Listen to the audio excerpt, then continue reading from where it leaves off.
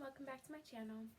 So today I'm going to talk about how to de-escalate someone who's going through a crisis. So I'm just going to talk about one method, and I'm not really including if they have any like behavioral health diagnosis. I'm just talking about one method of just somebody who's in crisis, just like anybody I guess who's in crisis. And it's called the CAF method. So it's just CAF. And this is really important to know just because people, sorry, I just ate something. But people can go into crisis due to like a lot of reasons, like, I don't know, shock, sadness, scared. I don't know, there's like a lot of reasons someone can go into crisis. And if you don't know how to properly de-escalate them and bring them like, back down to like a stable mindset, it could get really bad if they stay escalated. So we're going to go over that today.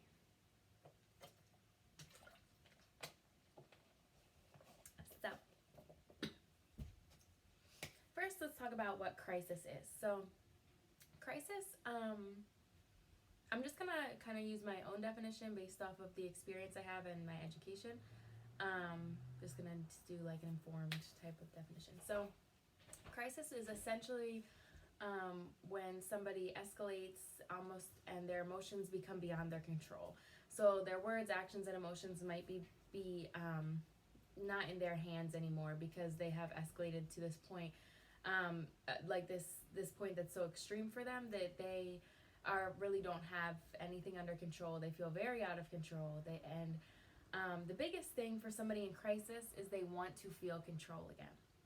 So they want to feel some sense of control over their life or over the situation or whatever it is again, because they've obviously lost it somehow. So, yeah. That being said, let's get into the CAF model. So, you have somebody who is kind of out of control because they're in crisis. They cannot control their emotions. So the first C in the CAF model stands for calm, because the only way you're going to get anywhere with them is if you're calm. And a lot of people, I think, tend to take things personally. So if they see somebody that is like very agitated, irritated, and potentially in crisis, they are yelling at them, they might want to yell back, or they might want to like do the silent treatment or just stuff like that. But that actually would not be helpful. So the first thing you want to do is remain calm, because essentially what we have here is me. So say I'm the person trying to de-escalate, and here is the escalating person, and here's the escalating person's unmet needs. And they're seeing me blocking them from those unmet needs. So they're very upset. So that's the escalating person's point of view. And what we're trying to get is a collaborative point of view where we can see, where the person can see me and them together here, and they're kind of like an arrow to their unmet needs over here, and if we work together, we can get to those needs. So the first thing you want to do is be calm. So you want to be calm, and you want to ask them some questions that they can have like a free response to, so that they start to feel more in control. Like, how can I help you right now? What do you need from me right now? And things like that. And if you're talking to a child, you still want to give them control. Hey. If you're talking to a child, you still want to give them control, but you obviously, want to give them boundaries too, because they're a child. So you might say something like, okay, do you want to sit over by the chair with me, or do you want to go back and sit in the car? And then they feel like they're in control of their choices because they've made the decision. Although you've given them boundaries and only limited them to two choices, they feel like they've made the decision themselves. And they'd be like, no, I want to stay here. Okay, that's fine, we can stay here. Or no, I want to go to the car. Okay, we could do that too. So first you want to address them very calmly, just as calmly as you can. Keep your composure, because you cannot have two people with their composures like all the way up to here. So definitely, and just like all out of whack. So keep your composure. And so the next thing you're going to do is assess. So a lot of times somebody in crisis could actually be in danger, and it's really important to assess what is going on.